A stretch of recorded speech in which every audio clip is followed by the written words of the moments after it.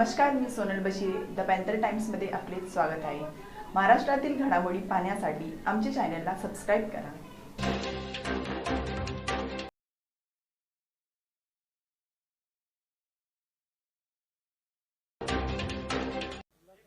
उल्हासनगरचा एक विषय आम्ही महत्वाचा घेतला.